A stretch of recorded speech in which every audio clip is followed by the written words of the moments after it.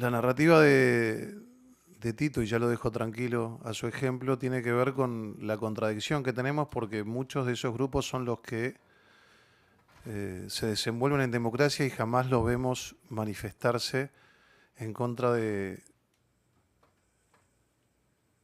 hechos como los que vemos que pasan en Cuba, que no solamente pasan en Cuba, pero pasan en Cuba hace tantos años.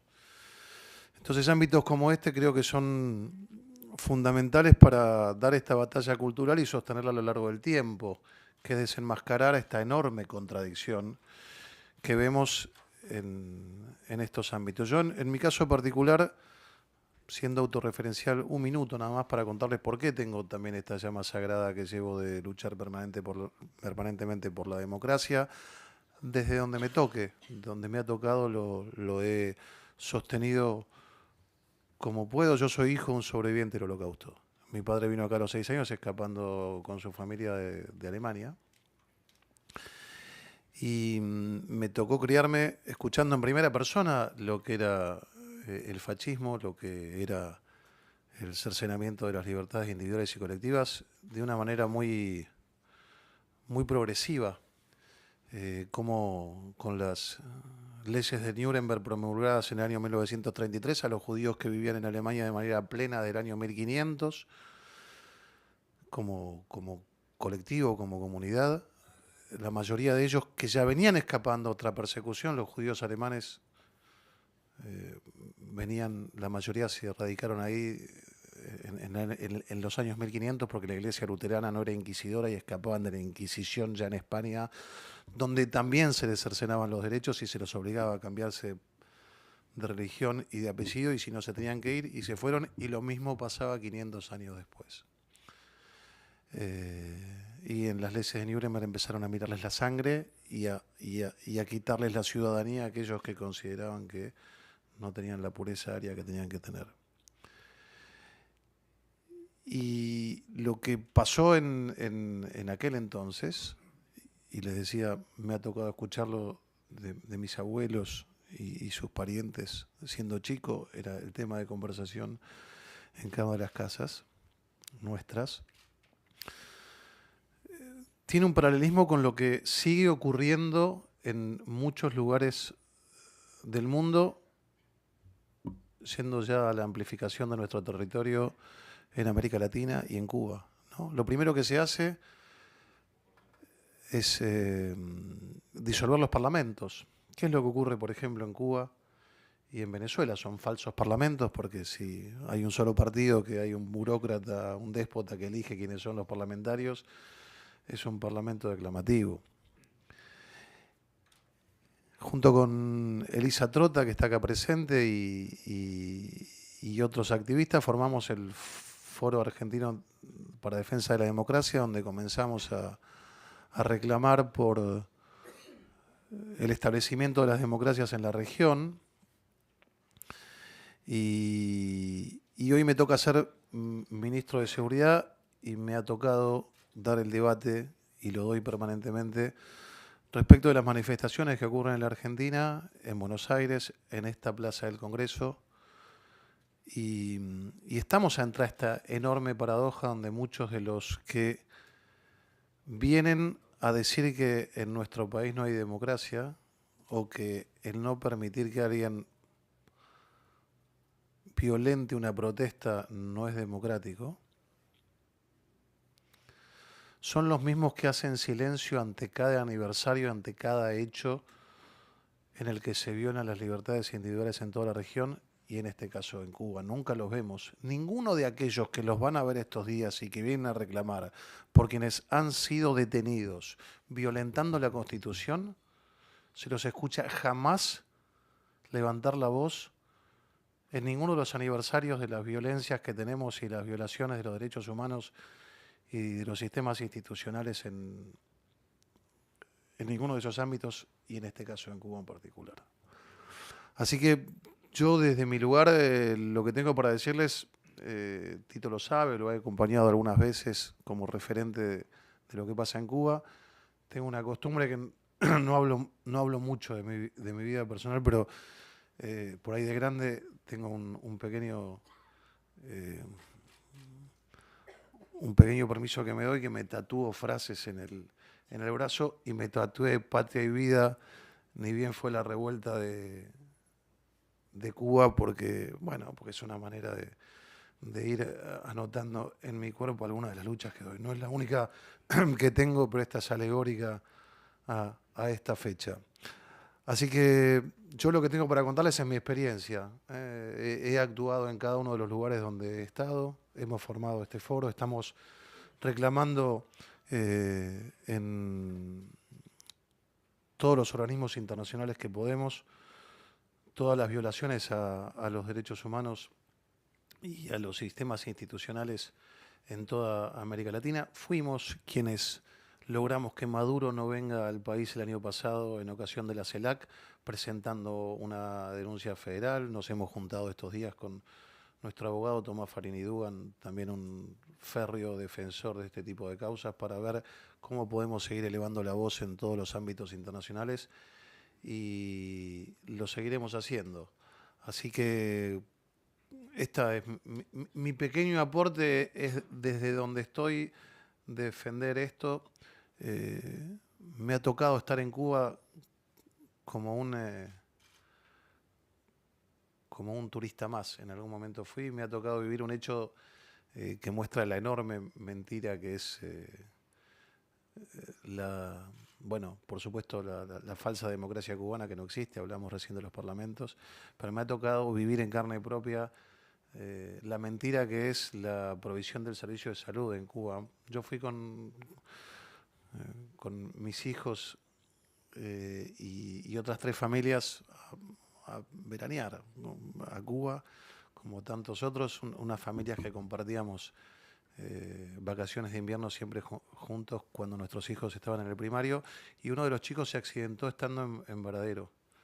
Se cayó en la playa y se golpeó la espalda.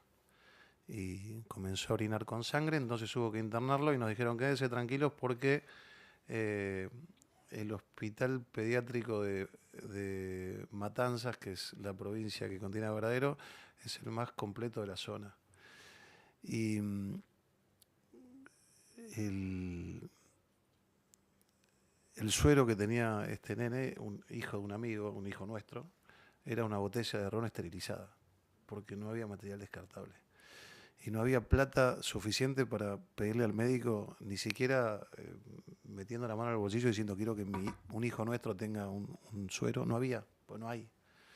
Y no había comida. Estábamos en uno de los típicos hoteles de la zona y llevábamos comida, no solo este chico, que estuvo por suerte un día internado y revirtió una lesión renal que tenía, sino, eh, sino que no tenían comida los médicos y los enfermeros tampoco. Y una cosa que me llamó poderosamente la atención, creo que te lo comenté, me acuerdo que un día estuvo un día y medio internado y estábamos yendo, y adelante nuestro iba el camión de basura. Y uno de las personas que me acompañaban, de manera muy observadora, me dice, mira el tamaño de la basura. Y las bolsitas de basura de las casas eran de este tamaño, porque la gente directamente no tiene nada para tirar, porque no desecha nada. Así que esa es mi experiencia de lo que me tocó vivir en Cuba, esta es mi experiencia de lo que me toca vivir acá, viendo como muchos de quienes se dicen activistas jamás levantan la voz por lo que verdaderamente son las violaciones a los sistemas institucionales como ocurren en Cuba. Y desde mi lugar lo que tienen, lo que saben, lo que he hecho, lo que sé hacer es poner el cuerpo desde una humilde anécdota personal de tatuarme algo que para mí es importante, hasta estar en cada movilización en la que puedo, hasta dedicar mi tiempo, mi energía y mi dinero, porque con plata nuestra hemos hecho el Foro Argentino para la Defensa de la Democracia, constituyéndolo como una ONG registrada en la Inspección General de Justicia, que también tiene su anécdota, porque cuando nosotros denunciamos la presencia de Maduro en la CELAC aquí, estos organismos que se dicen defensores de derechos humanos objetaron nuestra denuncia diciéndonos que no teníamos personalidad jurídica, y la verdad que nos hicieron un gran favor porque al otro día Contratamos un abogado, constituimos sus estatutos y hoy tenemos personalidad jurídica y estamos reclamándose en los foros internacionales. Así que cuenten conmigo para seguir sosteniendo donde me toque. Hoy como ministro de Seguridad de la Ciudad de Buenos Aires, donde están absolutamente garantizadas las libertades individuales, pero no todo lo contrario que hacen aquellos que dicen defender las libertades, vienen a violentar los parlamentos y la seguridad al servicio de la democracia es el verdadero pilar que permite que estos cuerpos no tan extraños y que ya de manera desembosada se disfrazan y se transvisten para decir que defienden la democracia y lo único que hacen es violentarla. Muchas gracias. Muchas gracias. Antes de continuar, queremos agradecer que nos acompaña el director general de Relaciones Institucionales de nuestra casa, el señor David Cohen. Y ahora vamos a continuar con el siguiente expositor, el señor Luis Alberto Mariño Fernández. Es doctor en composición y profesor de la Universidad Católica Argentina. Como activista de derechos humanos de Cuba, es promotor de la iniciativa Cuba Decide y cofundador de Cubanos en Argentina por la Libertad. Además, es cofundador y coordinador de proyectos de cultura democrática apoyando la libertad de expresión y de asociación en Cuba. Lo escuchamos. Bueno, muchas gracias por venir, por acompañarnos en esta fecha tan memorable para los cubanos, pero creo que para todos los latinoamericanos, porque lamentablemente la dictadura cubana, con sus más de 60 años, no solo nos ha afectado a nosotros, sino que ha afectado a toda la región. Y yo creo que parte de esta lucha es también una lucha transversal, no es solo por la libertad de los cubanos, sino es porque los latinoamericanos podamos todos conformar democracias y ser democracias sanas. Todas las democracias latinoamericanas han sido de alguna manera influidas para mal por la presencia de esa dictadura. Y un caso creo que nos toca vivir a los cubanos acá, ha sido esto mismo que ha comentado Waldo, esa contradicción de los que supuestamente defienden derechos humanos en estos países, que a la vez no solo se silencian muchas veces para denunciar las verdaderas violaciones de derechos humanos, sino que además acompañan y reprimen a muchos de los que vamos a exigir por el respeto, por la libertad y por la dignidad de nuestros pueblos, ¿no? Entonces, esas herramientas que ha movido la dictadura cubana durante muchos años, que pueden ser sindicatos, pueden ser amigos de Cuba supuestamente, y incluso grupos hasta parlamentarios, han sido herramientas bastante eficaces, lamentablemente, porque lo vimos en lo que ha pasado en Venezuela y lo vimos en lo que ha pasado en Nicaragua, que muchos sindicatos siguieron bajo la tutela, a pesar de que Daniel Ortega, en el momento, en los 80, en los 90, cuando pierde las elecciones, siguieron ahí socavando la democracia nicaragüense hasta que un momento él se reelige y ya, ahí está apoltronado con todos los poderes y con todo el círculo declamatorio, como decía Waldo, para reprimir y para declamar lo que dice el dictador de turno. Entonces, creo que es importante estas fechas señalarlas porque no se trata solo, y siempre lo he dicho frente a la embajada y lo he dicho siempre, no se trata solo de una lucha particular, específica de los cubanos, que ya de por sí tendría mucho sentido, por supuesto, sino se trata de sanear, en el buen sentido, las democracias, exponer estas contradicciones, ver quiénes realmente defienden los derechos humanos y cómo lo hacen, y quienes lo defienden sectorialmente, quienes lo defienden para un beneficio político, con un trazado ideológico completamente vertical y completamente direccionado a socavar las propias democracias, ¿no? Haciendo un poco de historia, para no alargarlo mucho, ¿por qué esta fecha es importante? Todos sabemos, la mayoría de los que estamos acá, Sabemos que el 11 de julio del 2021 fueron manifestaciones en casi todos los lugares de los rincones de la isla, en varias capitales de provincia, en varios municipios. Se reportaron grandes manifestaciones.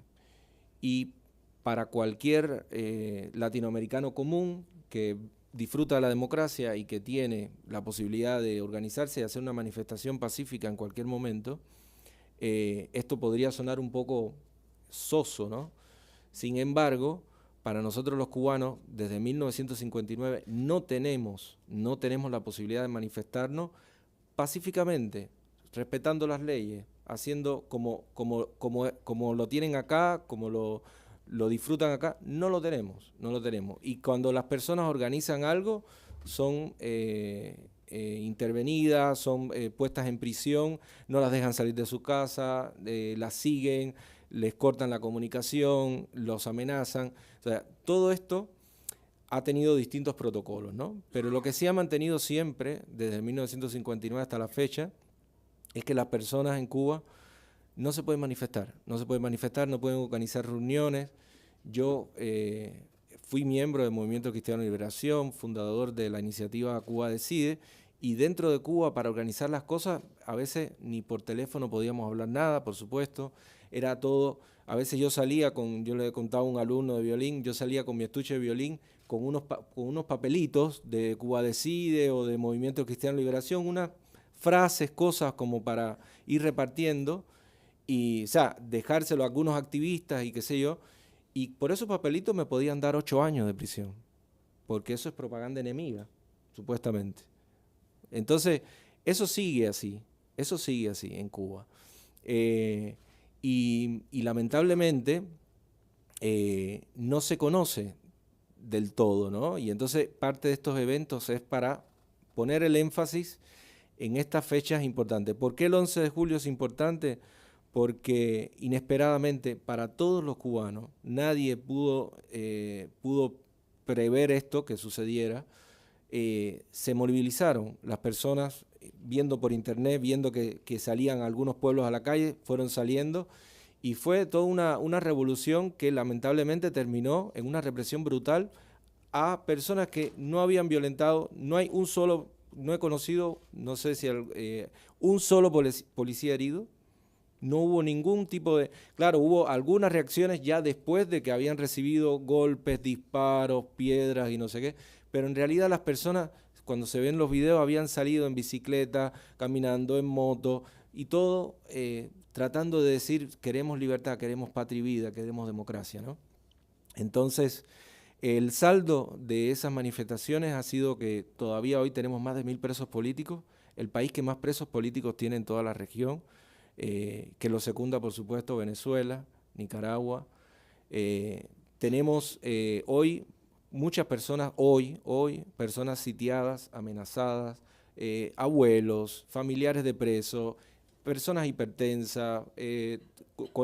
Tengo, o sea, muchas personas que están presas, no solo Luis Manuel Otero Alcántara o Michael Osorbo, que son famosos artistas cubanos, sino, por ejemplo, Félix Navarro, un opositor pacífico, una persona que siempre se dedicó a dar clases y que ayer cumplió 71 años y está condenado a 9 años porque fue a una estación de la policía a preguntar dónde estaban los detenidos de su barrio.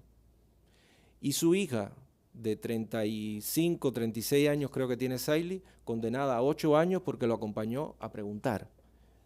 Tenemos así, o sea, a preguntar quiénes estaban detenidos de su barrio. Entonces, ahí uno ve realmente el contraste en lo que es una dictadura real y una democracia que tendrá sus defectos, que cometerá sus errores, pero es una democracia donde se respetan la dignidad y los derechos humanos. Entonces, la fecha del 11 de julio es para nosotros un hito. Primero porque las personas salieron después de más de 60 años de amenazas continuas, de continuo cercenamiento de las libertades, de miedo, un miedo visceral, un miedo que se cala en los huesos. Las personas salieron a gritar libremente y eso marcó, yo creo, todo el relato oficial de la dictadura cubana. Empezó a caer grandemente ese día. ellos han exportado ese relato de que eso yo me he encontrado acá personas formadas, universitarios, profesores, que me dicen, no, nuestro faro es Cuba.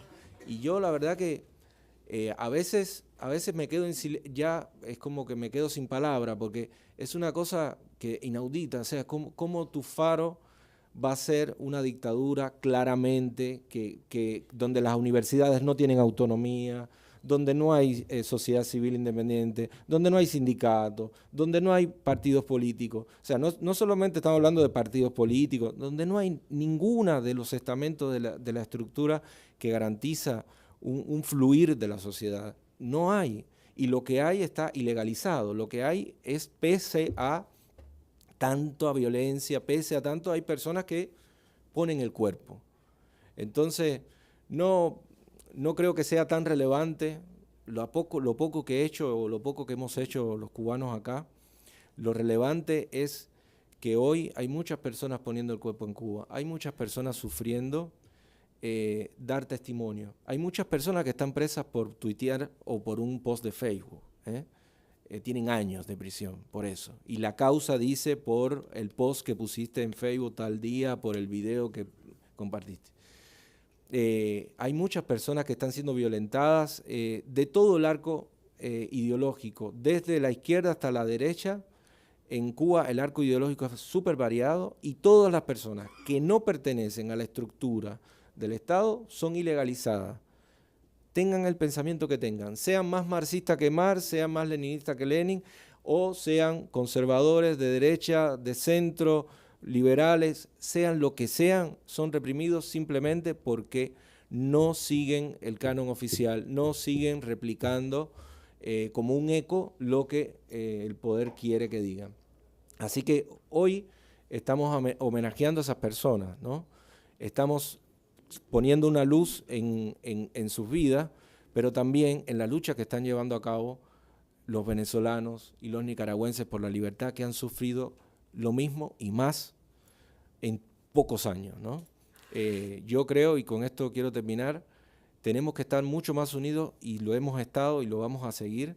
Hay que estar al lado del pueblo venezolano en estas elecciones del 28 de julio, que va a ser una fecha también histórica, que puede marcar el inicio del fin, el principio del fin de la dictadura venezolana, y eso va a marcar muchísimo a la dictadura cubana y a la dictadura de Nicaragua, porque evidentemente ellos sí se alían, sí se unen y sí están en contubernio para denostar la dignidad de sus pueblos y para destruir toda posibilidad de libertad. Así que bueno, estamos acá por todo eso, y quiero que desde ahora hacer un llamado a que nos acompañen, acompañar al pueblo venezolano este 28 de julio.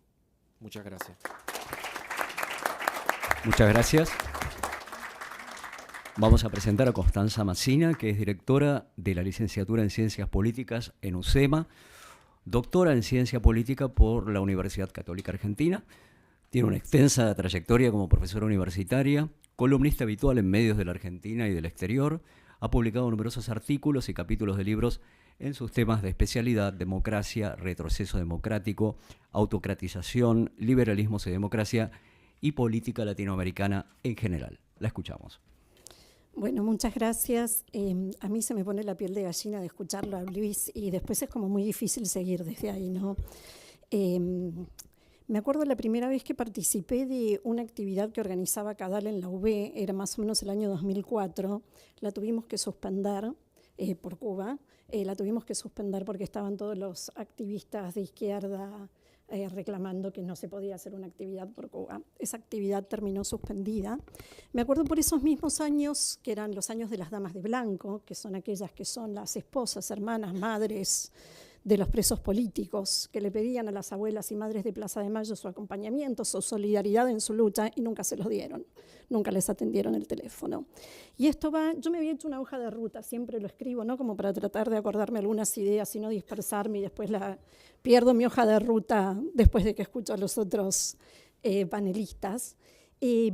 Porque justamente me parece que todo esto marca el doble estándar que tanto señalaban Waldo como Luis, ¿no? El doble estándar respecto de la lucha por los derechos humanos y aquellos que se ya han llenado la boca y los bolsillos en estos últimos 20 años, hablando de derechos humanos y que no han hecho nada por los derechos humanos en Cuba, pero también han dejado que tanto Venezuela como Nicaragua, sobre todo Venezuela, ¿no?, que era como un pilar de la democracia cuando el resto de América Latina no era democrática, cayera y terminara en las manos de esta narcodictadura que es la de Maduro y obviamente también antes con Chávez.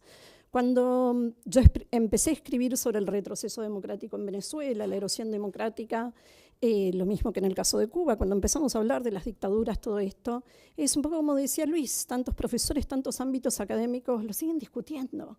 En países donde no hay libertad de expresión, no hay libertad de elección, no hay libertad ni siquiera para irse, ¿no? Porque digo, una de las caras de lo que pasa en Cuba es la manifestación, pero dado el alto grado de criminalización de las protestas y la represión que eso ha conllevado, lo que llevó es que en el último año, he visto las cifras, vos las debés tener mejor, Luis, más frescas, es impresionante el éxodo migratorio cubano en 2024. En los últimos años es una cosa increíble. Estaba viendo no solo la cantidad de gente que se va, la falta de nacimientos respecto de la cantidad de muertes. Se van a quedar sin gente. Es decir, se va a quedar solamente el partido, ¿no?, el dictador, Díaz-Canel y los jerarcas del partido, ¿no?, la famosa nomenclatura como era en la Unión Soviética, se van a terminar quedando solos.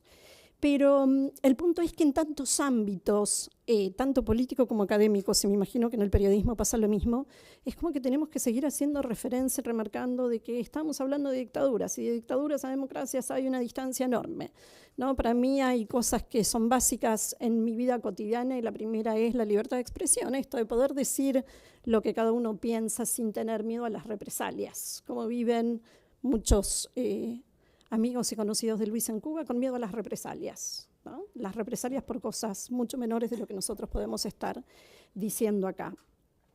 ¿Y por qué salen en 2021? Salen porque nos olvidamos de nombrar la pandemia, ¿no?, y los efectos horrorosos que en una economía devastada como la cubana tuvo la pandemia. Pero sobre todo a mí lo que más me llama la atención es que en 2021 salen los jóvenes. Salen los chicos como ustedes. Y ustedes me van a decir, Constanza, ¿por qué salen los jóvenes? Porque esos jóvenes son los que se cansaron del discurso de la revolución, ¿no? La revolución que te va a cambiar la vida. Y pasaron 50 años, se los vieron a sus padres que no les cambió la vida, al contrario. Creo que es muy temprano para que ella diga malas palabras, ¿no? Pero bueno, entonces vieron la decadencia y dijeron, bueno, no, la revolución ya no nos cambia y no podemos estudiar lo que queremos.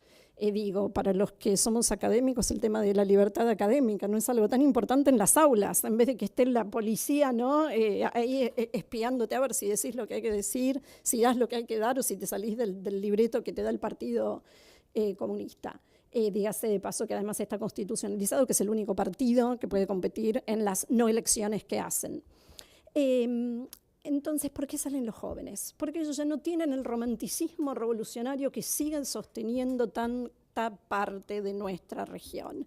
Y además porque aparece otro hecho novedoso en la política cubana, como son las nuevas tecnologías. Esto que nosotros vivimos hace tantos años, que es el acceso a Internet con los celulares, aparece a fines del 18, recién el acceso a Internet en los teléfonos móviles. Y esto les abre una ventana que al gobierno y a la represión del gobierno les ha sido y les sigue siendo todavía muy difícil de poder seguir y hacerlo. El año pasado hicimos un libro con Pedro Izard, que es de Sescos, un amigo que vive en Uruguay, tiene una fundación parecida a Cultura Democrática, que se llama Sescos. Hicimos un libro que se llama La disidencia cubana, experiencias y aprendizajes para la democratización. Tiene capítulos muy buenos, no porque yo lo haya también coordinado con Pedro, ¿no?, pero no importa, eso es un detalle. Pero el punto es que dice experiencias y aprendizajes para la democratización. Yo me acuerdo que cuando era joven y estudiaba, ¿no?, allá por los años 90, en algún momento iba a llegar la democracia a Cuba, ¿no?, porque eran de la época de las transiciones y vinieron los procesos de paz en Centroamérica y la democracia en Cuba, y la democracia en Cuba nunca llegó y Cuba es el muro que nunca cayó.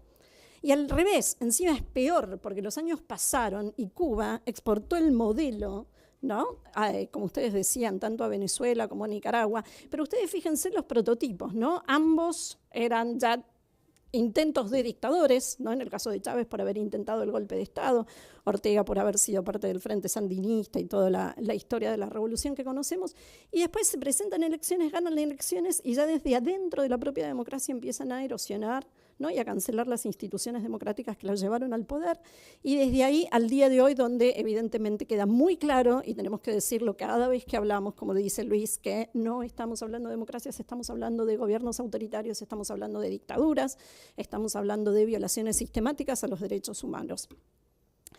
Entonces, hay un aprendizaje que Fidel exporta, hay un modelo que Fidel exporta de represión, de tipo de partido político, de forma de organización de la sociedad, de control civil, de control político sobre la sociedad civil al resto de la región. Y todas estas instituciones, como decía Waldo, el caso de la CELAC, pero podemos nombrar CELAC, UNASUR, Foro de San Pablo, Cumbre de la Iberoamérica, la Cumbre de las Américas, las Cumbres de la Sarasa, son todas cómplices por su silencio ante la sistemática violación de los derechos humanos, no solo en Cuba, pero sobre todo también hoy en Venezuela. Lo que pasa en el helicoide es un horror, y también en la Nicaragua de Daniel Ortega. Quiero cerrar leyéndoles unas 4 líneas que tiene acá en este libro Marlena Sor Fernández, que es cubana exiliada en México, es una profesora también, doctora en sociología y demás, donde dice algo que ustedes decían, ¿no? Para tantos latinoamericanos, Cuba es el modelo perfecto. No hay oposición, no hay prensa libre, no hay sociedad civil, no hay empresario que no esté sometido al régimen, y mandan los militares. Todo es propaganda, cada palabra, cada gesto, cada avenida, cada monumento, cada souvenir con las caras de Fidel y el Che. Falta libertad, pero sobra poesía. Falta democracia, pero sobra trova. Falta infraestructura, pero sobran discursos épicos. Hay escasez de todo menos de narrativa. Y la corrupción, como la comida, está racionada, repartida y organizada desde el gobierno. A los de arriba les toca más. A los de abajo solo les salpican las migajas. Resultados, desarrollo, crecimiento, no hay ninguno, pero de nada tiene la culpa el régimen. Todo es culpa del imperialismo yanqui. Una vez más, y como siempre, solo terminar remarcando que el único camino a la prosperidad es la libertad. Y por esa libertad que esperemos que, evidentemente, más tarde que temprano, ¿no? Porque desde principios de los 90 estamos esperando que llegue la democracia a Cuba, pero con la esperanza de que finalmente, más tarde que temprano, llegue. Muchas gracias. Muchas gracias. Y vamos a presentar a Carolina Amoroso, que es periodista, conductora del programa de televisión TN Internacional y del noticiero diario Está Pasando en el canal Todo Noticias. Es ganadora del premio Martín Fierro como conductora femenina y el premio FOPEA al periodismo de profundidad por el documental Darién, La Selva del Infierno. Además, Carolina va a estar moderando el segmento de los intercambios entre los panelistas y de las preguntas del público. Así que lo dejamos en manos de Carolina Amoroso. Bueno, voy a hacer algunos comentarios en relación a lo que aquí se dijo. A mí me parece correcta la tipificación de Cuba como el muro definitivo para América Latina, porque Cuba y los cubanos, y esto es bastante traumático, no solamente sufren la realidad de un virtual secuestro, además la lógica insular los ha aislado profundamente en este sentido. Esto ha ayudado mucho a que revolucionen durante 6 décadas las maneras en las cuales pueden hacer descender a una población a círculos desconocidos del infierno, y que de alguna manera nadie haya hecho nada muy significativo para que eso deje de pasar. Pero además de sufrir todo esto, los cubanos sufren el negacionismo aún vigente hoy en rincones de América Latina, como la propia Argentina, donde todavía se reivindican los logros de la llamada revolución o la autopercibida revolución. De hecho, muy recientemente, y sin dar nombres, escuchaba a un colega que está presentando un trabajo sobre Venezuela, haciendo distinciones sobre el modelo venezolano y el modelo cubano en cuanto al saldo para la vida de las personas y la calidad de vida de las personas, ¿no? Cuando algunas de las peores cosas que pasan en Venezuela son de inspiración cubana, ¿no? Esto sin quitarles mérito en la total ineficiencia al régimen venezolano, que, bueno, es responsable de el éxodo más grande que hemos conocido en la historia de América Latina. Pero marco que Cuba sufre además la negación porque pienso que este es un elemento sumamente traumático para la población y creo que hay algo que aparece soslayado para los periodistas, quizás no, porque nosotros cubrimos esas historias mínimas que nos cuentan una realidad y ahí lo ves permanentemente. Hay gente que frente a esta frustración y este elemento traumático ha incluso hasta perdido la cabeza porque no se puede mantener la cordura frente a un mundo, yo diría a veces psicópata, ¿no? Que te quiere decir que no te pasa lo que te pasa, que te quiere decir que la realidad inobjetable de que vos estás acá lejos de tu casa y lejos de tu familia es porque vos tenés algún tipo de problema para ver todas las virtudes de esa hermosa vida que te están ofreciendo. Eso es profundamente psicópata. Y nadie o pocas comunidades han sufrido eso tanto como los cubanos. Porque ni siquiera en el caso, obviamente los venezolanos también lo sufrieron, ¿no? Pero me parece que en el caso venezolano fue como una cachetada de crueldad, ¿no? Lo que hizo el chavismo y entonces ese éxodo tan masivo hacía que fuera imposible, ¿no? Negarlo. Incluso quienes hoy reconocen que en Venezuela hay una catástrofe de proporciones se animan a establecer matices con el régimen cubano. Por eso digo que Cuba es la última o quizás la primera pieza del dominó. Yo no soy mucho de jugar dominó, pero me parece que vale la metáfora para ustedes. Y pienso en este sentido que para el ejercicio periodístico yo siempre marco, mi primer libro es sobre la diáspora venezolana, que mi obsesión son los éxodos porque los éxodos no mienten. Recién se mencionaba el trabajo que hicimos en el Darién. Allí en las historias de cubanos y venezolanos uno ve que bueno, ahí se acaba todo, ¿no? Esa es la kriptonita del relato. Por eso odian que vayamos a hacer esas historias. Por eso las niegan, por eso dicen que hacemos montajes para montar sets de televisión. Escuchaba hasta eso en el Darién para armar una historia que no existe. Porque esos éxodos son la kriptonita del relato. Quiero volver a reforzar eso. Nunca soslayemos cuando nos encontremos con una persona que viene de huir de un infierno semejante y de situaciones que son profundamente humillantes. Nunca soslayemos el costo que tiene para la vida de esas personas, para su salud psíquica, para sus lazos. En el caso del régimen cubano hay un gran periodista, que es ya un artista, que es Abraham Jiménez Enoa, escribió un libro que se llama La Isla Oculta, que habla del virtual secuestro que implica nacer y vivir en Cuba, y habla también de su tránsito muy difícil por la situación traumática que implica el exilio, y cuenta muy bien cómo estos regímenes trabajan para el aislamiento no solamente de la población, sino de aquellos actores de rebeldía, de aquellos actores que pueden funcionar como agentes de cambio. Antes de pasar a las preguntas, bueno, quería decirles a los cubanos en la sala que la patria existe en el alma, y es un poco lo mismo que les decía a los venezolanos hace algunos días nada más, que ustedes ya son libres porque se están rebelando, lo que quieren es recuperar las instituciones, que obviamente son muy importantes para las garantías de los derechos fundamentales, pero no sientan que son estos tiranuelos los que tienen que restituirles la libertad, porque la libertad vive en ustedes y la patria existe en el alma. Y quiero traer un fragmento de una canción que a mí me encanta, porque si hay además un actor de resistencia en Cuba, son los artistas, ¿no? En este sentido, han diezmado absolutamente todas formas de organización, pero el arte aparece como este espacio, incluso sin solidaridad alguna de muchas comunidades artísticas en otros rincones de nuestra América Latina. Los artistas cubanos han dado muestras extraordinarias de su capacidad de resistir, y hay una canción de Los Aldeanos que a mí me gusta mucho, que se llama La naranja se picó, es anterior a Patria y Vida, pero en un momento dice lo siguiente: que querías que me callara y me arrastrara por el piso, que creyera en reflexiones que sabe Dios quién las hizo. Quiero ver el mundo y regresar, pero siempre conspiran.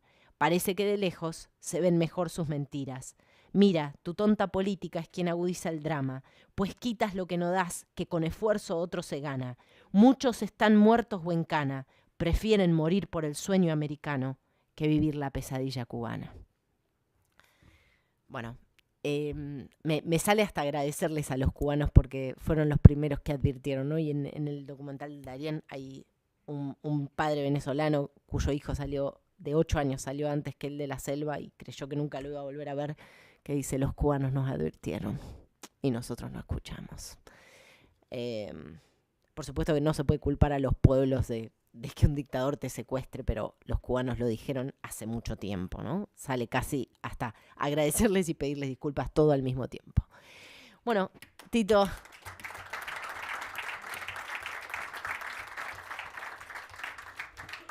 Tito, comienzo con vos. ¿Qué significó y traía todos los otros casos, porque me parece que la visibilidad del caso venezolano, la creciente visibilidad del caso nicaragüense, que igual está muy, muy ignorado para la dimensión del drama, pero qué significó para ustedes la visibilidad del caso venezolano a la hora de traer a Cuba al centro del debate también? Y yo creo que significó que la gente pudiera entender el peligro que representa la dictadura cubana para las democracias. Yo creo que a veces se ve el problema Cuba como algo, bueno, anacrónico, algo que está ahí, que no repercute mucho en la región, y la muestra, ¿no?, de cómo se desmembró una democracia, cómo se destruyó un país siguiendo ese modelo. Recordemos que Chávez, una semana antes de las elecciones, dijo que sí, reconoció que había una dictadura en Cuba antes de sus elecciones, y el primer viaje que hace es a Cuba, ¿no? Uno de los primeros viajes, no sé si el primero, y a partir de ahí todas las relaciones empiezan a ir en esa línea, ¿no? Yo creo que significó, primero, que se dieran cuenta de que Cuba no era algo que quedó anacrónico en la historia, sino que sigue operando. Lamentablemente, la dictadura cubana sigue operando en contra de las democracias de la región, y que además se viera que no es una cuestión pre-Guerra Fría, es una cuestión latente, que las democracias tienen muchos mecanismos que pueden ir cayendo, institucionales, cívicos, y que es un peligro, y que la libertad hay que sostenerla entre todos, hay que luchar entre todos siempre porque se mantenga sana. Entonces, por ese lado, y segundo, porque es un relato similar, no es el mismo relato, pero es similar, o sea, el socialismo del siglo XXI y toda esta historia, y cómo eso tampoco funciona. Yo creo que es importante también, es un mensaje importante para los jóvenes, las personas que tienen que buscan el bien de sus sociedades y que sanamente van viendo opciones y van leyendo un libro y le creen este método o estas recetas, que vean que no funciona, ¿no? El socialismo siempre termina en dictadura, porque no hay una manera de hacer que eso funcione. Entonces, yo creo que por ahí se fue entendiendo también como un mensaje más general para todos, ¿no? Que la búsqueda de la democracia, de las libertades, viene de la mano. No se puede tener democracia y negar libertades al mismo tiempo. Es imposible. Entonces, nada, por ahí yo creo que nos ayudó a que saliera más el tema. ¿Cuán difícil es dar el debate en la Argentina, siendo, por ejemplo, que en la administración anterior Alberto Fernández, si mal no recuerdo, el primer mandatario con el que se reúne es Miguel Díaz-Canel? Bueno, creo que los que llevamos esto en la sangre no nos planteamos si es difícil o no, lo hacemos al igual que cada uno de los activistas que nos toca hacerlo. Yo te escuchaba y te agradezco y te felicito por lo rico de tu relato. Hablabas de esta enorme psicopatía y a veces uno tiene que transformarse. Creo que los invito a pensar a todos aquellos que damos estas discusiones, que seguramente seamos muchos de los que estamos acá.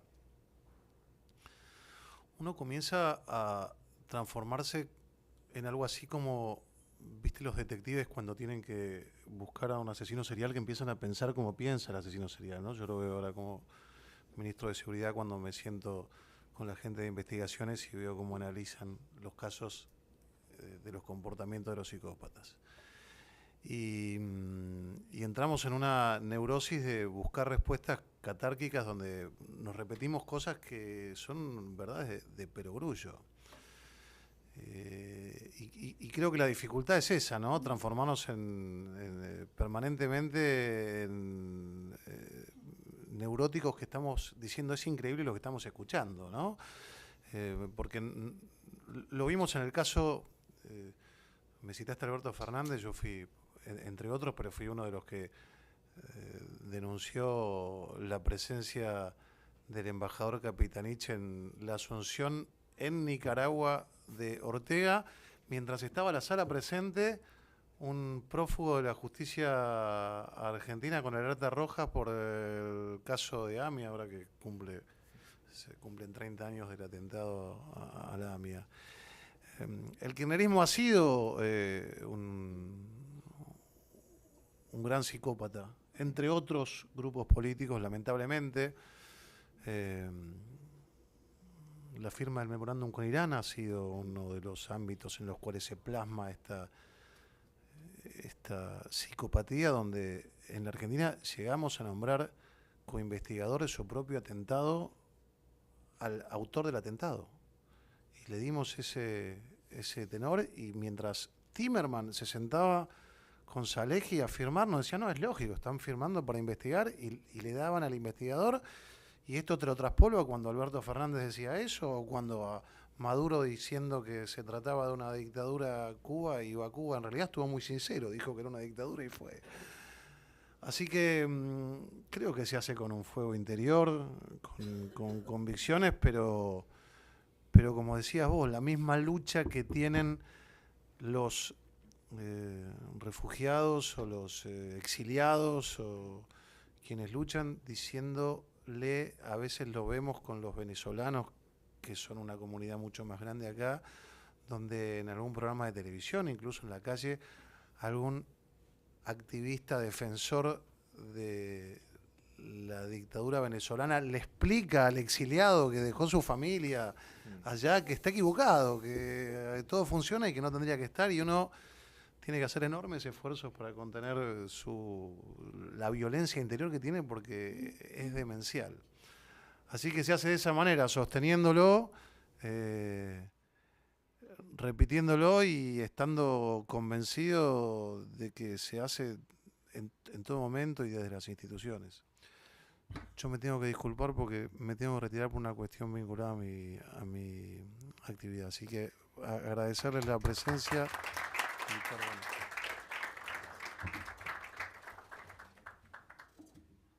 Perdón,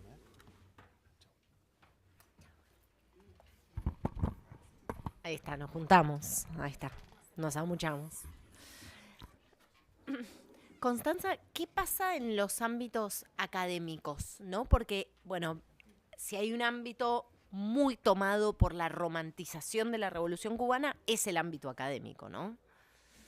Bueno, gracias, Caro, por tu pregunta. La verdad es que primero, de la mano de la alianza entre Castro y Chávez, y sobre todo por el famoso viento de cola, gran parte de la academia fue comprando el discurso cubano y el discurso venezolano, comprándolo por romanticismo, y después otros lo fueron comprando por interés, obviamente. Pero poner la etiqueta de que estamos hablando de dictaduras sigue siendo una batalla al día de hoy.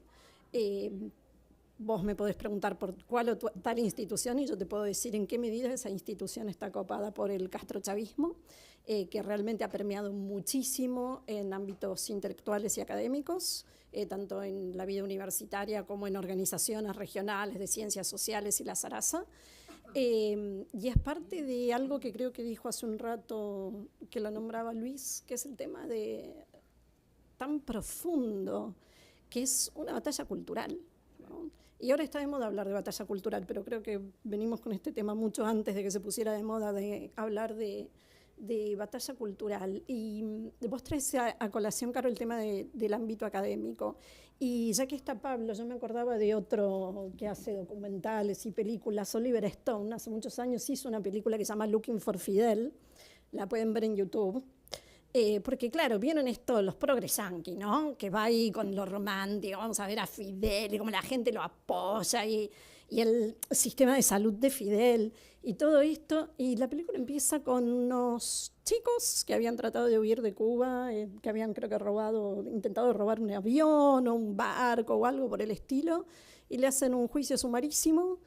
Sin debido proceso, obviamente, donde a los 3 días los condenaron no sé a cuántos años de prisión y tal. Sí, los fusilaron. Okay. Bueno, claro, entonces Oliver Stone, ¿no? Que iba a contar qué lindo que viven en Cuba, que está todo buenísimo, ¿no?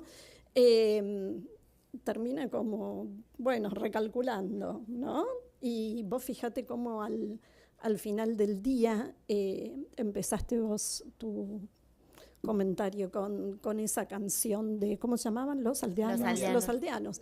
Pero si ustedes le preguntan, no a un chico de 20, porque ya están con otra mentalidad, otra revolución pro libertad en su cabeza, pero los de 30, los que son un poco más jóvenes que yo, siguen escuchando Papá, cuéntame otra vez, ese cuento tan bonito, ¿no? De aquel guerrillero loco que mataron en Bolivia. ¿Se acuerdan? De esa que era de Silvio Rodríguez. Entonces, ese tipo de canciones, películas, personajes como Silvio Rodríguez, Oliver Stone, que le hacen el juego a las dictaduras, ¿no? Y que tanto daño hacen. El mismo daño en la vida académica, solo que nos escucha poca gente. Lo que pasa es que ellos son un montón. Entonces son mayoría y los que decimos esto es una dictadura, que se están violando los derechos humanos. Cuando empezamos a hablar del tema de Chávez, mucho antes de que se muriera Chávez y tal, éramos 4 o 5 personas.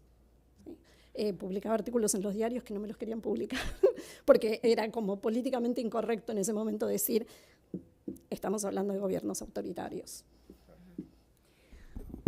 ¿Qué pasó con muchos de los rostros, las voces del 11J? Yo recuerdo, en ese momento había entrevistado a una influencer que después me encontré con que estaba en el exilio, una influencer que en una nota en vivo la detuvieron, ¿recuerdan ustedes?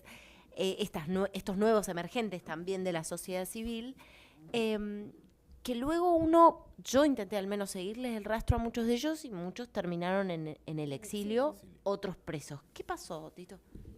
Y pasó que el régimen cubano se asustó, obviamente, se dio cuenta de lo poderoso que venía siendo lo que Constanza señaló muy acertadamente, que en el 2018 las personas pudieran conectarse, intercambiar, mensajear, y a muchos de estos referentes los fue acorralando hasta que se exiliaron, otros están presos.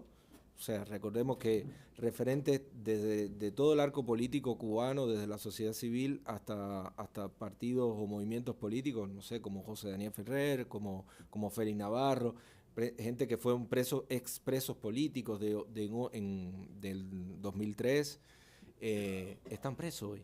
Están presos. O sea, gente tan famosa como ellos está hoy entre las cárceles, o Luis Manuel Otero, Michael Osorbo, pero tenemos una Catherine Bisquet que la montaron en un avión directo a Polonia, junto con Hamlet Labastida, que llevaba 3 meses incomunicado en un centro como era la ESMA acá, que sigue operando en Cuba, que es Villa Marista, un centro de tortura, y los montaron en un avión directo a Polonia, y así muchas personas, muchos activistas del 11J y anteriores, lo único que le quedó fue la cárcel o el exilio. Además, estos tipos te lo dicen en la cara, en tu propia casa, todo el tiempo, que si sigues vas preso, que si no, vete, y así. Ese es el chantaje.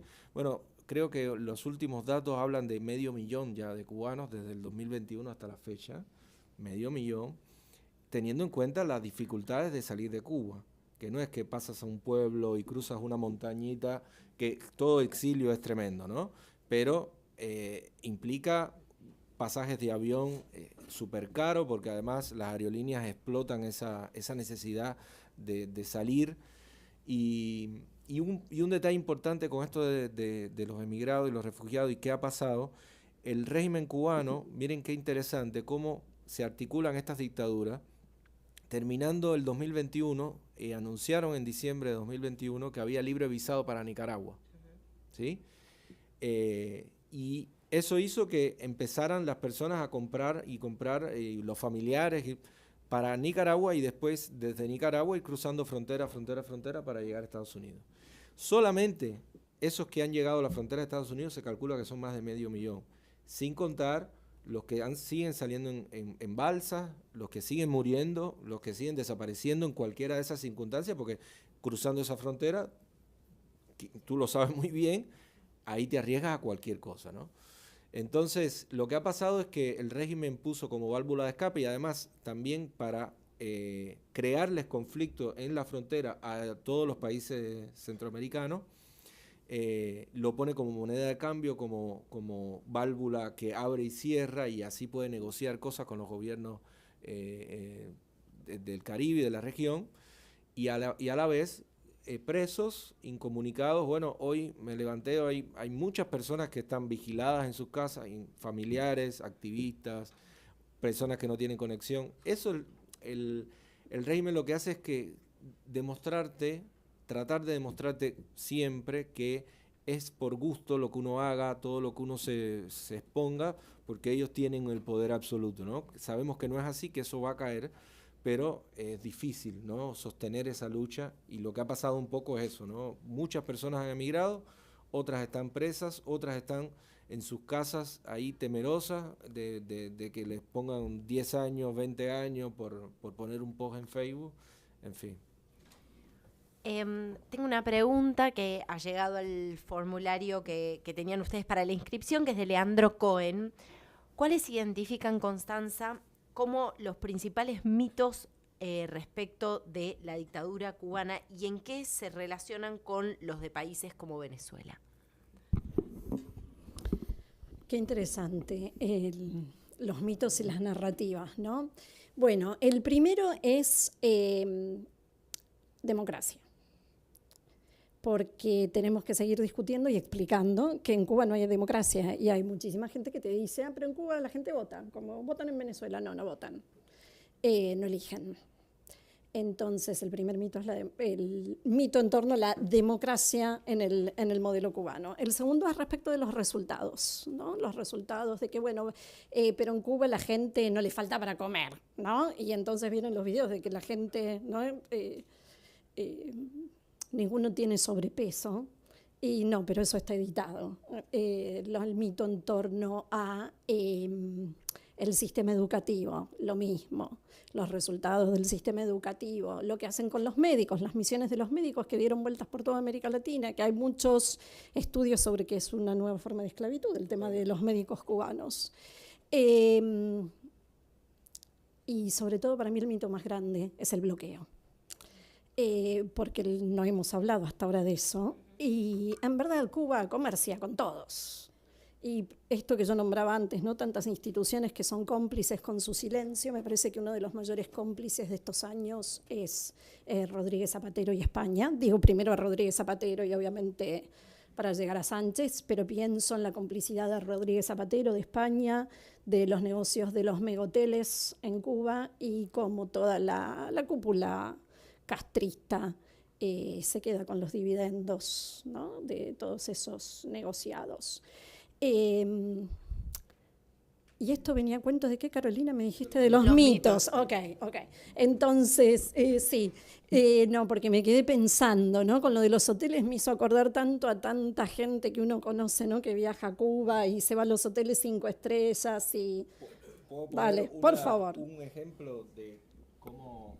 De esto de los hoteles me hizo recordar, pocos años antes de yo venir para Argentina, iban a construir un hotel en Cuba, y la empresa, para que ustedes tengan la magnitud de cómo se maneja la cuestión, la empresa quería contratar directamente a los obreros cubanos para construir ese hotel, pero eso es imposible. Ninguna empresa puede contratar directamente, porque el Estado es el agente de contratación que además cobra el dinero, le da un porcentaje ínfimo a las personas de ese dinero, pero además chantajea a esas personas que después se vuelven los primeros que tienen que ir a las marchas y no sé qué, los del hotel, o los que en el hotel, si tú le preguntas algo, te tienen que decir bajito, no, todo está bien, bueno, aquí resistiendo el bloqueo, ¿no?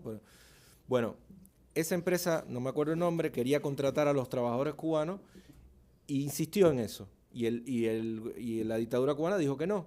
Entonces tuvo que traer trabajadores de la India. Yo me acuerdo de ver en 23, en Infante y 23, cientos de indios.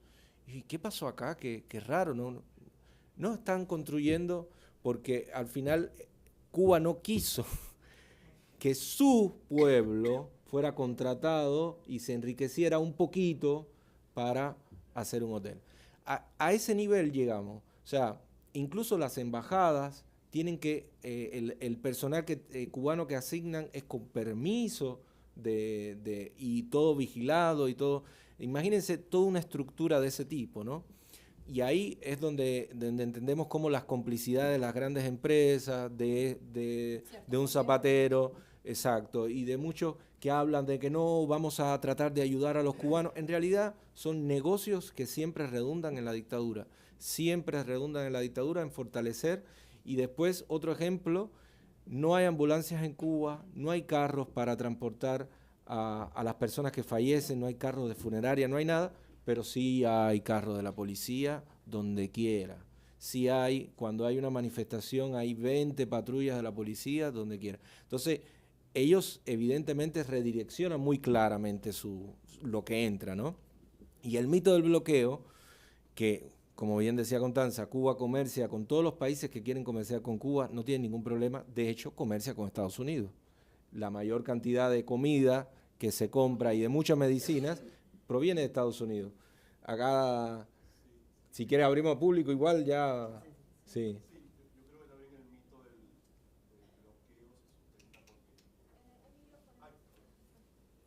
Sí, para que... Así sale, sí. Buenos días, me llamo Alexander, soy cubano. No, quería aportar al mismo hilo argumental. Yo he tenido la oportunidad de compartir con argentinos que están a favor de Cuba, o incluso a veces son críticos, pero tienen una opinión de cariño positivo hacia el país, que también se mezcla con destinarla también al régimen, ¿no? Pero eso tiene una base experiencial positiva, y es gente que fue a Cuba y la pasó bien. Claro. Pero pasa esto, de que en los hoteles te hablan maravillas. Claro. Ahora, yo hice mi servicio militar en lo que era el servicio de inteligencia militar. Yo, porque tenía acné, no fui a las tropas, entonces me mandaron ahí y yo lo que hacía era investigaciones a personal vinculado a la FARC. Y ese personal iba desde...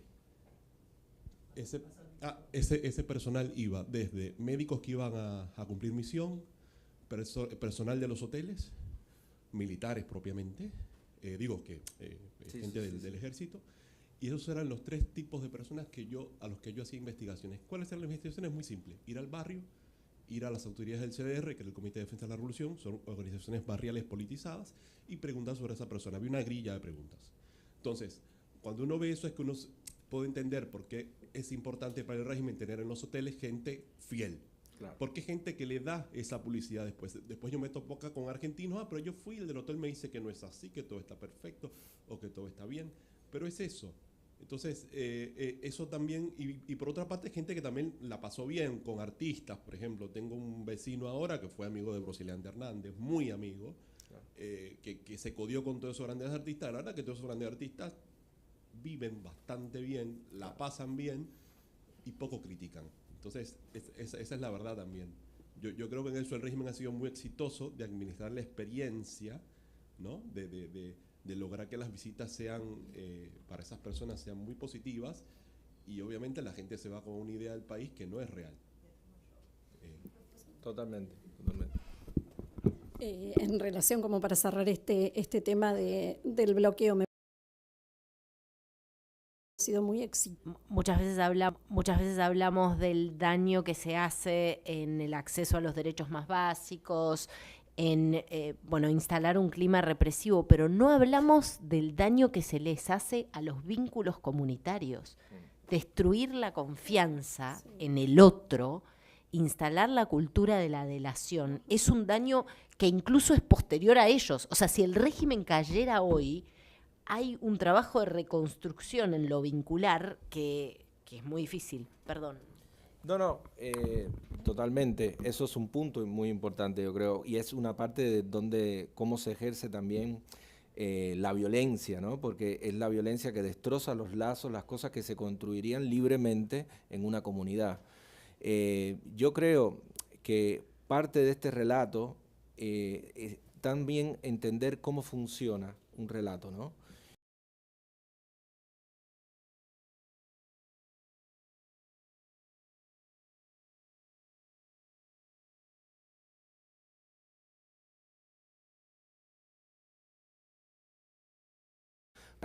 Y replicar. Y entonces te encuentran que hacen un congreso de educación y han hecho miles, no sé, cientos en estos 60 años, y le montan toda una estructura a esas personas donde congreso de juventudes, como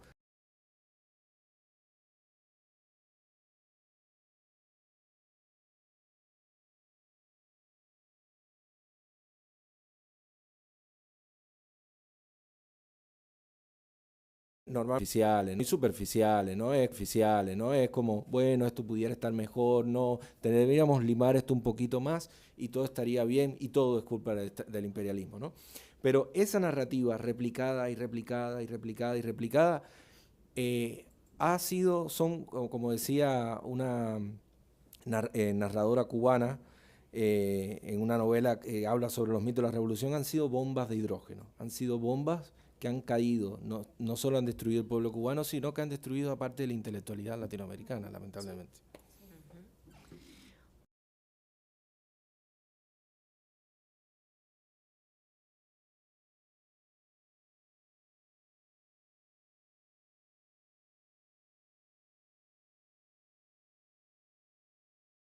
En primer lugar, yo soy uno de esos jóvenes de 30 que le gusta mucho Silvio Rodríguez.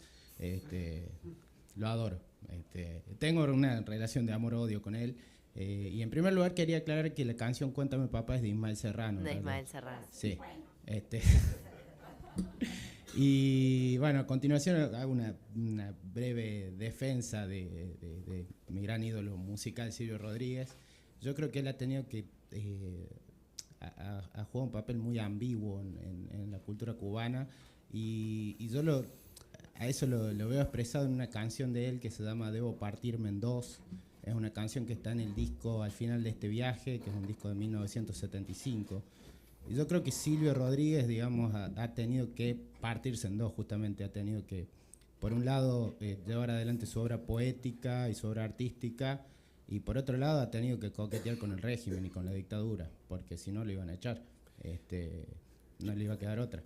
Más allá de eso, sé que me vas a matar. No, para nada. Yo lo que rescato de la obra de Silvio Rodríguez es, como en la obra de cualquier artista, brindar la posibilidad de la trascendencia y de la espiritualidad, y creo que es la única manera de salir de una dictadura o de escapar, digamos. Es la única puerta para ese laberinto en donde entran las sociedades y eso sí se lo reconozco. Después hay un montón de cosas que no me gustan, que esté tan cerca de los malos, no está bueno. Pero bueno, a mí me encanta él. No, pero mira, está muy bien. Hay una cosa que es, a mí siempre me preguntan, yo nunca fui no lo escuché, ni muy fan de Silvio, pero reconozco que es un artista, que es un gran compositor, que es un gran poeta, o sea, y me parece que es una cosa su obra y otra cosa él como persona. Yo creo que su postura no ha sido ambigua. Él siempre ha respaldado al régimen cubano en todos los problemas y siempre que ha querido tratar de tener algo de legitimidad, porque evidentemente estar al lado de una persona que viola todos los derechos, la dignidad humana y todo el tiempo, te quita autonomía, ha tratado de señalar cuestiones periféricas para mantener en un público, digamos, mucho más cercano al apoyo a la revolución, cierta idea de autonomía. Para mí, en realidad, te digo, esa ambigüedad ha jugado doblemente a favor del régimen, el cual también él ha permitido que él sea un millonario que vive en la isla, que tiene el monopolio de los estudios de grabación. Yo, como músico, fui muchas veces a grabar con algunas orquestas y todos eran estudios de Silvio que reportaban financieramente a Silvio. Entonces, me parece que esa es otra de las contradicciones, que una persona que supuestamente se dice comunista, socialista y que defiende todo eso, se hace millonario a costa de un monopolio y de administrar las prebendas de un régimen, ¿no? Pero eso es él como persona, eso es su vida, eso es su trayectoria, y otra cosa es su arte. Lo que pasa es que es inevitable vincular las dos cosas. Y la mayoría de las veces se vincula desde su arte, se transfiere a su persona.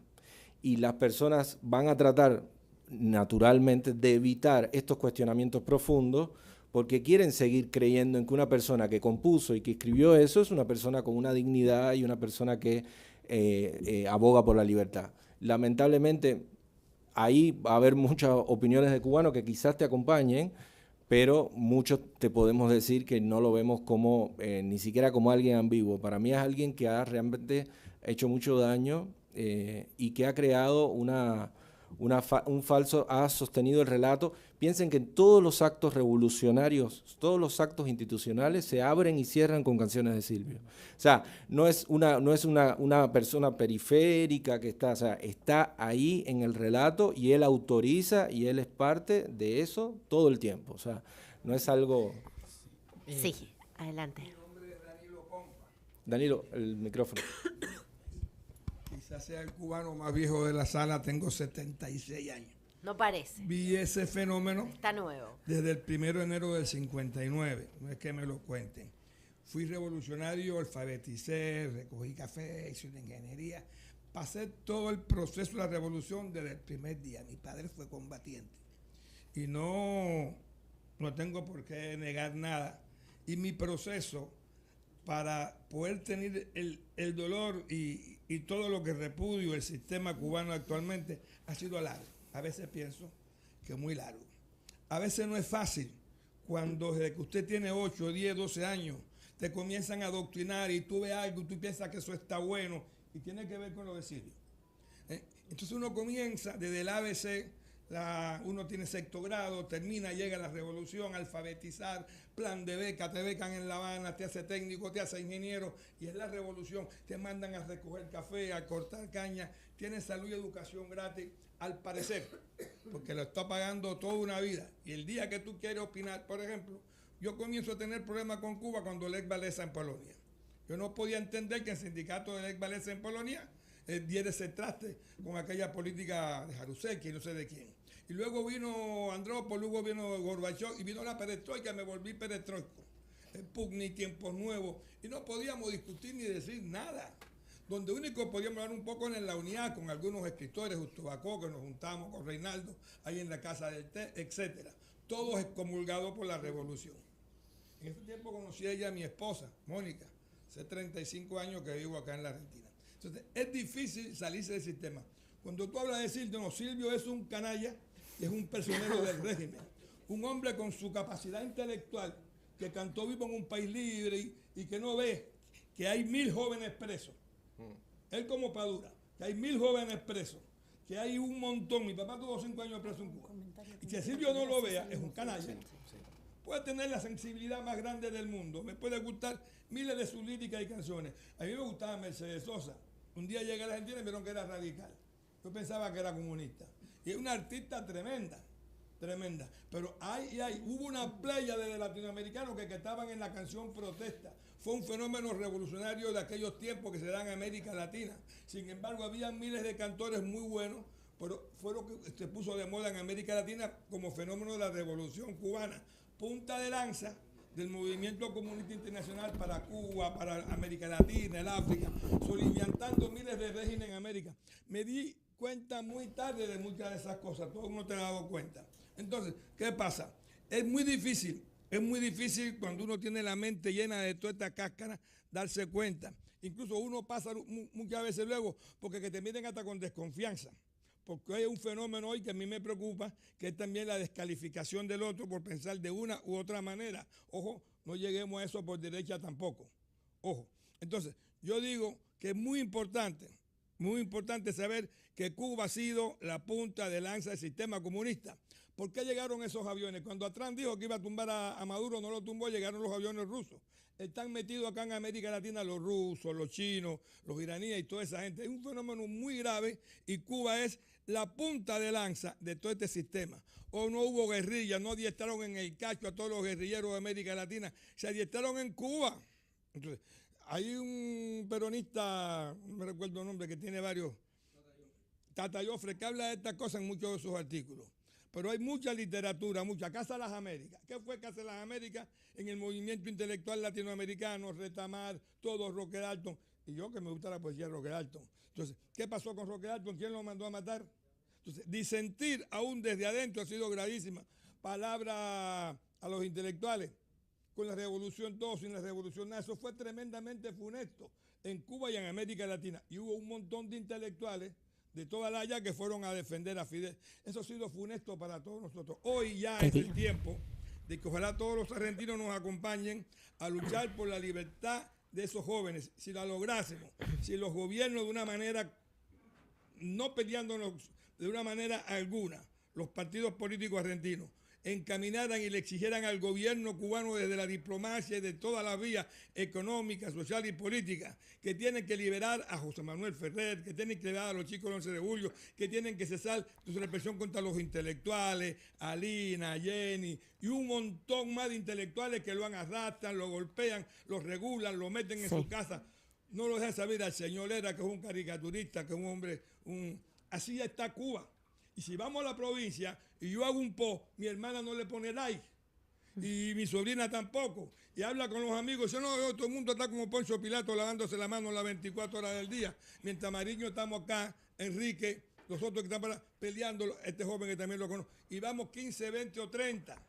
¿Cómo nos ayudan los medios y la prensa a llegarle a la colectividad cubana que está acá para que perdamos el miedo? Estos son fenómenos que yo me pregunto. Entonces, el problema es más grave, hijo. Más grave. Yo tengo 76 años, pero el problema es gravísimo. Yo me recuerdo cuando había un cubano acá arriba que nos hablaba de esta cosa. Te tengo que interrumpir un poquito porque me están pidiendo el micrófono de todos lados, pero gracias por sumar tu experiencia. La última cortita para ir cerrando. Muchas gracias a todos. Un poco reafirmando lo que dice Constanza y Carolina.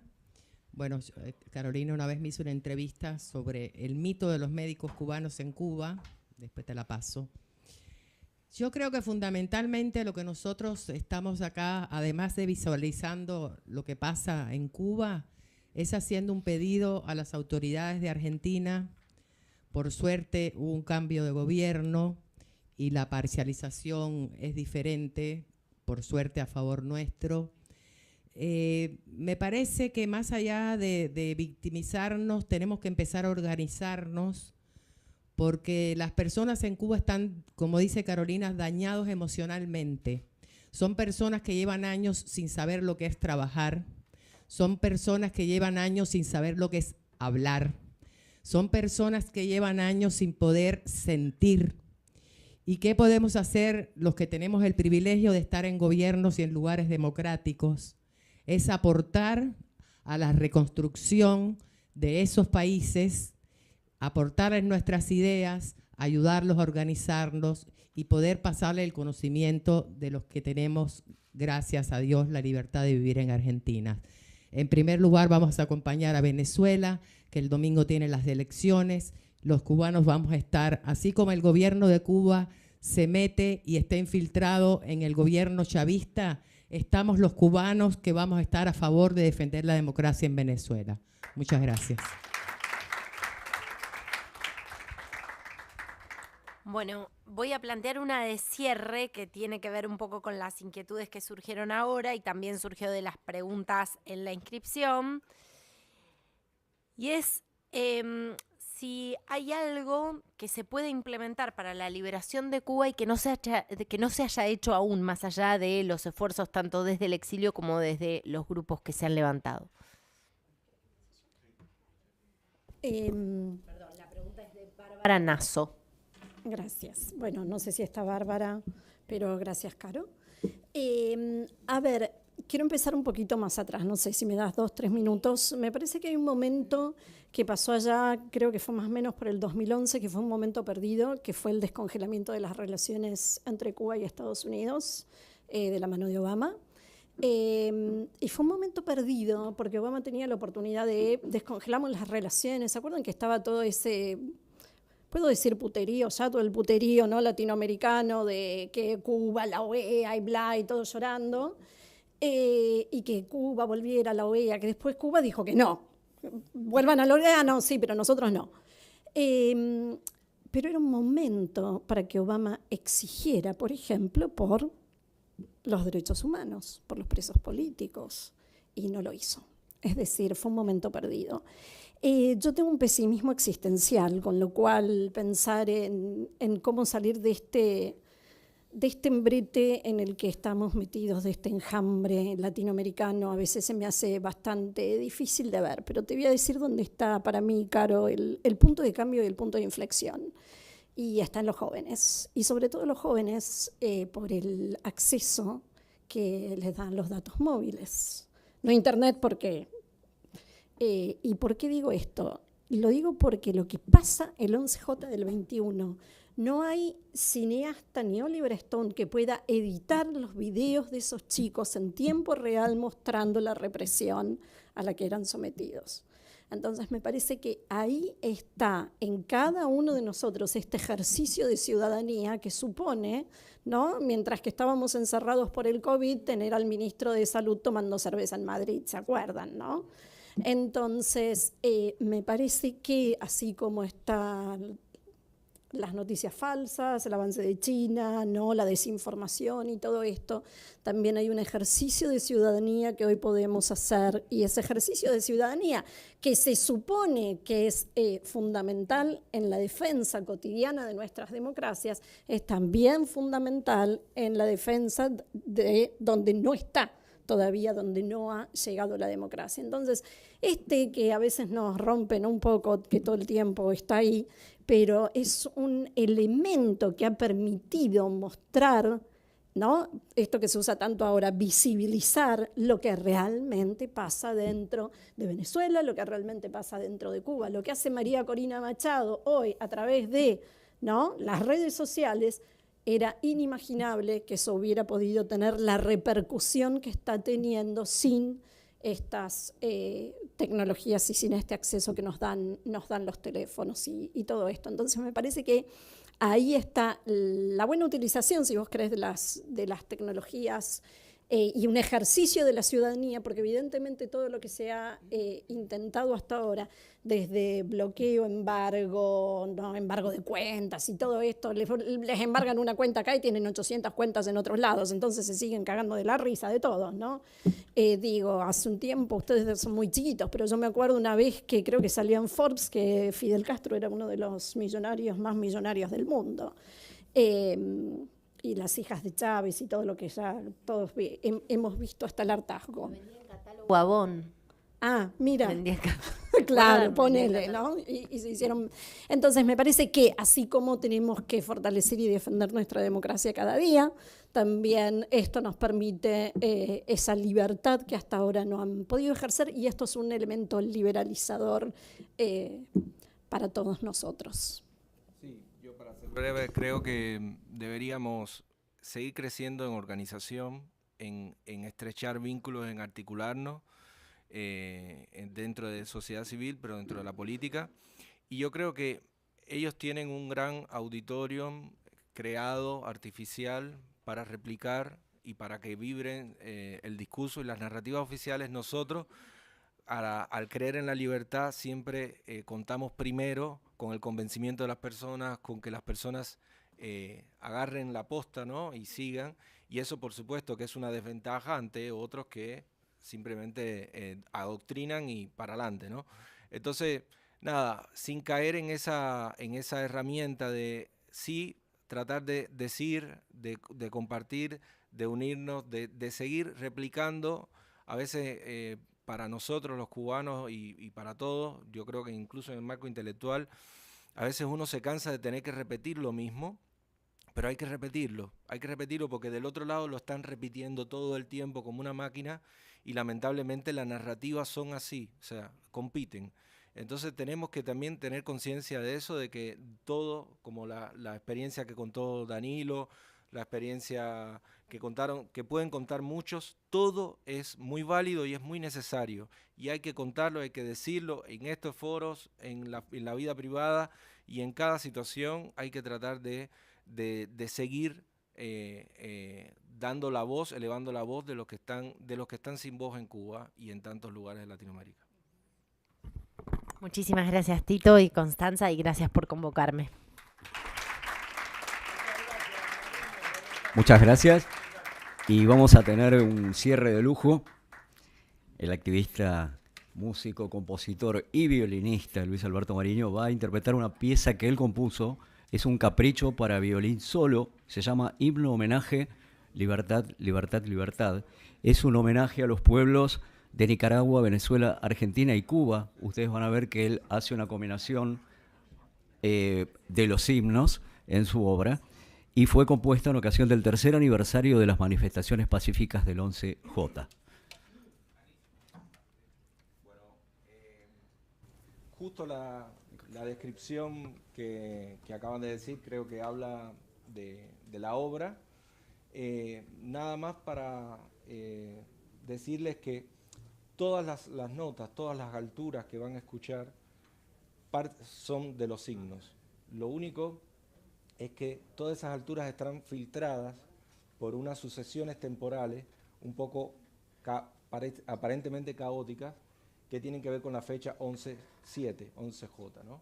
Y la idea un poco de la pieza es pasar de ese ideal donde está vibrando el ideal de libertad de los signos, el de Cuba, que va articulando cómo van emergiendo el de Nicaragua y el de Venezuela, hasta que llega el himno argentino con ese inicio que es impresionante todavía hoy. A mí me impresiona esa cosa de oíd mortales, el grito sagrado, y que yo creo que cada himno es un grito sagrado, es ese grito de la libertad, un poco por ahí va la obra.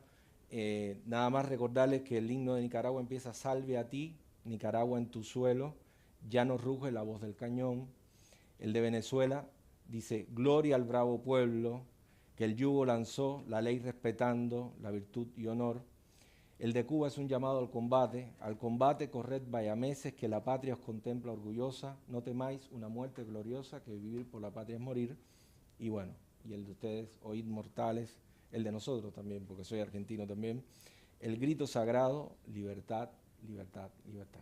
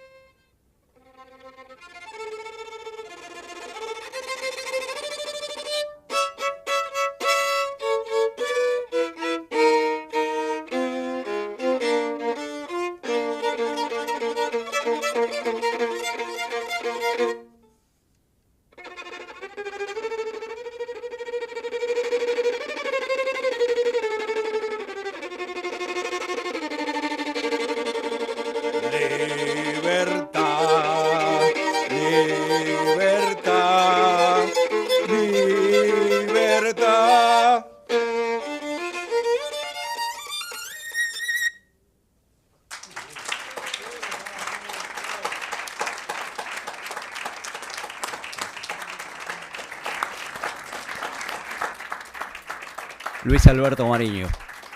Y bueno, para concluir, de Cultura Democrática van a hacer unos presentes a los expositores, así que...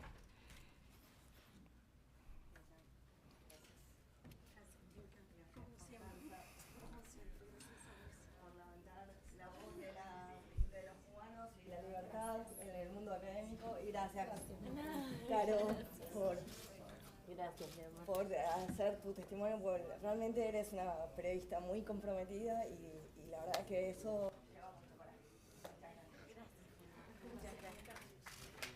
Bueno, solo nos queda agradecer a los expositores por haber participado y a ustedes por haberse acercado hasta acá y decirles que tengan muy buenas tardes. Muchas gracias.